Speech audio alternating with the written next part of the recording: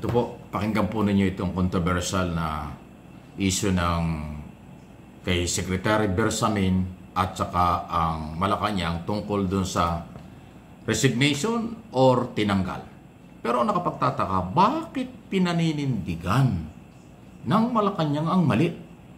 Ito, sandali bago ko ipaliwanag, bakit sila mali? At bakit nila, kaya nga tanong ko, bakit nila pininindigan itong mali? Atin ay galing sa palasyo at kung ano po naramdaman ni E.S. Bersamin, yun din po na ginagalang po natin ang kanyang nararamdaman. At kung ano po sinabi lamang po ng palasyo, yun lamang po ang ating in-announce. Castro then reads a palace statement in response to Bersamin's remarks. Ang sinasabi niya, kung ano daw sinabi ng palasyo, yung kanyang in-announce. Grabe naman ito. Di ba, sabi nga nila, yung pag-amin sa katotohanan ay siyang magbibigay ng kalayaan. Ang pag-amin sa kung ano ang totoo ay yun ang magkakaroon ng kaliwanagan. Ay sinabi na nga ni dating Secretary Bersamin, hindi siya nag-resign. Alas 2 ng Lunes, nung pumutok ang balita at pinaputok ng PCO, Presidential Communication Office, through Joseph Castro, delikadesa, nag-resign si Bersamin as Executive Secretary at saka si Pangandaman as DBM Secretary. Tapos, sabi ni former Secretary Bersamin, wala siyang ginawang resignation bago nag-announce ang PCO na siya ay nag-resign. Dahil ang ginawa niya, nagsumulat siya sa Pangulo, kinabukasan pa. Sumulat siya sa Pangulo dahil nakatanggap siya ng tawag na siya ay pinagre-resign. Siya ay pinapaalis na. Pinaalis siya, tapos ang nilabas ng PCO, nag-resign as delikadesa. So, magkaiba yun. Kaya nga, napilitan na si Romualdez tuloy, si Bersamin, na, sige, sumulat na siya sa Pangulo at tinanggap na yung kautusan na siya ay umalis. Dahil ang tumawag sa kanya ay malapit sa kanya, malapit kay Presidente, kaya naniwala siyang pinapaalis siya. Pero wala daw siyang resignation ginawa bago nag-announce ang PCO, ang Malacanang. Ngayon ang sinasabi ni Castro na kanyang pinanindigan yung utos sa kanya ng palasyo. Grabe naman kayo. Bakit kayo hindi tumitingin sa dokumento? Alam mo, kaibigan ko si Castro. Broadcaster, vlogger at Malacanang spokesperson.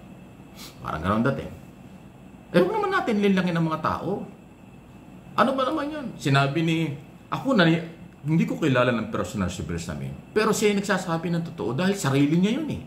Unang-una, retired Chief Justice ng Supreme Court. Hindi magsisinungaling niya. Kaya sabi nga niya, nung tawagan siya na siya pinapaalis niya, tinanggap niya at nagpasalamat siya. At kinasunod na araw, siya gumawa ng sulat. At nagpasalamat na sa Pangulo.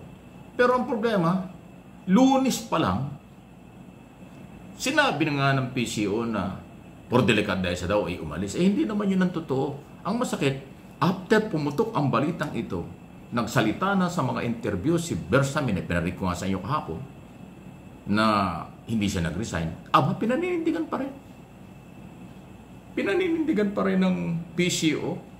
Yun daw utos sa kanyang i-announce yung resignation. Hindi nga nag-resign. Pambihira naman kayo. Ano bang mawawala sa inyo kung aamin kayo ng pagkakamali? Alam mo, itong inyong mga ginagawang ito, ang tinatamaan ay si Pangulong Marcos.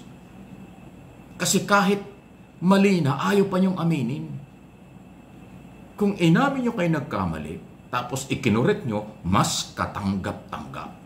Pero yung panindigan niyo yung tama kayo kahit mali, katigasan ng ulo yan.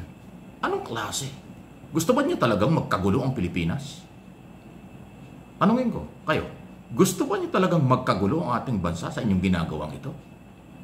Maawa kayo sa mga Pilipino. Hindi naman masamang umamin sa pagkakamali eh. Bakit hindi nyo magawa? Taga-PCO. Pasensyahan tayo. Tumutulong ako kay Pangulong Marcos. Wala akong pakialam kahit na sinong malapit sa Pangulo. Si Pangulong Marcos lang ang tinutulungan ko from day one. Kahit marami akong kaibigan sa gobyerno, wala akong pakialam sa inyo. Pag mali kayo, mali kayo. Pero si Presidente ang tinatamaan kasi. Di ba? Bakit nyo pinangungunahan? Ngayon sasabihin nyo, kung ano yung sinabi ng Pangulo, yun ang, kung ano sinabi ng Palasyo, yun ang ginawa mo, Joseph. Sino yung taga-Palasyo nagsabi sa'yo na nag-resign? Ay yung mismong tao nagsabing hindi siya nag-resign. Tinawagan siya at pinaalis na siya. Tinawagan siya at sinabing, you have to go. Naaalis na nga siya eh. O dahil siya professional na tao, tinanggap niya. Nirespeto niya yung, dahil siya by the authority of the president, tinanggap niya. Nagmamadali kasi kayo eh. Nagmagkakatabi lang kayo dyan sa Palasyo ng Malacanang, hindi pa kayo nag-uusap. Tapos kami sa media at ang mga mamamayang Pilipino, nalilin lang sa inyo, nalilito sa inyo. Hindi ako kaya niyong lituhin. Susunod ako kung ano yung tama. Susunod ako kung ano yung totoong balita. Lahat pinakinggan ko kayo. Pinakinggan ko ang PCO, pinakinggan kita, Joseph, pinakinggan ko si Bersamin. Ay ako'y naniniwala kay Bersamin kasi siya yung taong involved. Pangalawa, hindi nga niya gagawin yung magsinungaling kasi Chief Justice yan eh. Ang una pa rito, Joseph Castro, pasintabi na, wala ka namang ipinakitang resignation paper eh. Nagbasa ka lang na merong por delicadeza, may nag-resign. Dapat ipinakita mo yung resignation paper. Ang resignation, may dokumento. Ang pagpapaalis, walang dokumento yan. Pwedeng tawag lang sa telepono, tapos na yan eh. Hindi naman gagawin ng Pangulong gumawa ng black and white para patalsikin ng isang opisyal. Hindi trabaho ng Pangulo yun. No, hindi ugali ng Pangulo yun. Tawagan ka lang sa telepono, tapos na. Ang resignation, dokumento yan, yun ang dapat pinagbasihan. Kung Joseph, ipinakita mo yung dokumento, sa bagay wala kang papakita kasi wala talaga eh. Ayun ang pagkakamali mo. Walang dokumento na nag-resign si Bersamin, pero sinabi mo, delikadesa, nag-resign. Tapos mali na nga, dahil hindi nga yan ang totoo, pinaninindigan mo pa rin. Idinadamay mo pa yung Palasyo na ang Palasyo raw nag-utos sa'yo, sabihin nag-resign. Sino yun? Sino yung Palasyo? Si Presidente yun eh. Si Presidente ba nag-utos sa'yo? Pag sinabi yung Palasyo, Presidente ang nandyan. Punong ehekutibo. Diba? Siya yung pinakamataas na posisyon sa ating bansa. Again, walang personalan issue lang. Please, nakikiusap na ako. Magkakaibigan tayo, magkakaintindihan tayo sa mga sa mga iba-ibang issue, pero dito, hindi ko kayo sasamahan. Mali ka, tanggapin mo mali. Huwag niyong linlangin ang mga Pilipino. Huwag kayong maghugas kamay o magpaikot. Yung pride nyo, ibaba nyo. Kasi ang tinatamaan si Pangulong Marcos. Hindi kasalanan ng Pangulong Marcos itong nangyaring ito. Tinanggap na nga ng tao na siya ay pinapaalis na eh. Hindi pa nyo hihintayin yung pagtanggap ng pagpapaalis. Pinangunahan nyo nag-resign. Hindi naman pala nag-resign. Anong klase kayo mga tao? Abogado pa naman. Wow! O kayo mga Marcos loyalists, Marcos supporters, nagmamahal kay Pangulong Marcos at mga silent majority ng mga Pilipino, pakinggan nyo mabuti ang sinabi ko itong topic na ito. Saan kayo maniniwala? Sa mali, ayaw tumanggap ng pagkakamali, o yung tama? At ang tama, aminin ang pagkakamali. Please like and share.